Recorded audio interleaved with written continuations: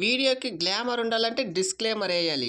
అంటే ఎస్ ఆగండి ఆగండి మా బ్రోస్, మీ నుంచి నేను ఎక్స్పెక్ట్ చేసేది ఒకే ఒకటి, చిన్న లైక్ చేస్తారని ఆశిస్తున్నా. ఏంది భయ్యా ఈశాను, నీకు ఇంతకీ బుద్ధి ఉందా లేదా? మ్యాచ్లేమో దగ్గర పడతా ఉంది, కానీ ప్లేయింగ్ లెవెన్ ఏమో డిసైడ్ కాలేదు. కెప్టెన్ నువ్వే కదా, చెప్పు ఏ ప్లేయింగ్ లెవెన్ ఉంటే బాగుంటుంది, ఎలాంటి లైనప్తో బరిలోకి దిగితే కప్పు కొడతాము, చెప్పు కెప్టెన్ నువ్వే కదా, ఫాస్ట్. అంటే అది ఇవన్నీ కమెంట్స్ కదా చూసుకునేది, నాకేం తెలుసు. నేను శుద్ధ వేస్ట్. ఈరోజు ప్లేయింగ్ లెవెనే చెప్పినోడు రేపు మ్యాచ్లు ఏం గెలిపిస్తాడు, 300 ఏం చూపిస్తాడు. నాకు అర్థమైపోయింది, ఈ సీజన్ అయిపోయినట్లే. అరే అభిషేకు, ఆపుకో కొంతసేపు అయినా. ఆలోచిస్తూ ఉంటా కదా, ఒక పద్ధతి, ఒక ప్లానింగు, ఒక విజను అన్నీ ఉండాలి కదా. నాకు ఇప్పుడే అర్థమైపోయా, డొల్లా క్యాప్టెన్సీ నీ వల్ల ఏమైతా లేదు. అయినా ఇప్పుడు మించిపోయింది ఏమీ లేదు. త్వరగా నీ కెప్టెన్సీ ఏదో నాకు ఇచ్చేయి, నేను చూసుకుంటా. కాటేరమ్మ కొడుకులకి 300 కొట్టించే బాధ్యత నాదే. అరే నువ్వు ఆగరా బాబు, నేను ఆలోచించిందా, ఇప్పుడు చెప్తా. ప్లేయింగ్ లెవెనే కదా, చెప్పేస్తా. సరే చెప్పు చూద్దాం. మన ప్లేయింగ్ లెవెన్ గురించి అందరికీ తెలిసిందే, వెరీ సింపుల్. ఫస్ట్ ఓపెనర్స్గా ట్రావిస్ హెడ్, అభిషేకు. ఇది కామను. నేను అభిషేక్ రావడం, పవర్ ప్లేలో ర్యాంప్ బ్యాటింగ్ చేయడము. కొత్తగా నెక్స్ట్ బ్యాటింగ్ చెప్పు.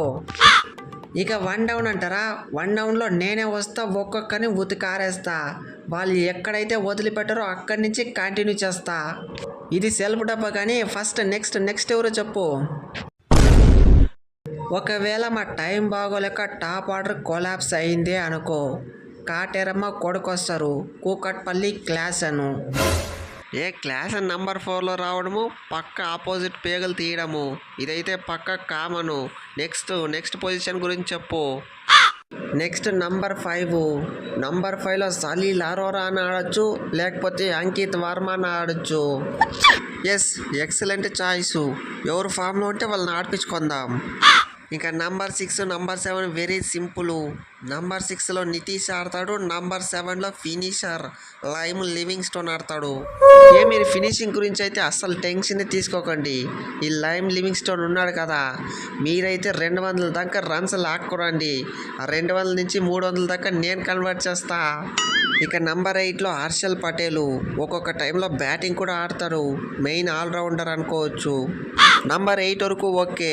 నెక్స్ట్ పొజిషన్లో కమిన్స్ లేదు కదా, ఇనీషియల్ కొన్ని మ్యాచ్లకు దూరం అయ్యాడు కదా, ఆ ప్లేస్ ఏం చేస్తావు? ఆగు, నేను కూడా అక్కడికే వస్తా ఉంటా.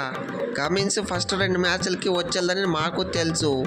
ఆ ప్లేస్ రీప్లేస్ చేసి బ్రెండన్ కార్స్ ఉన్నాడు.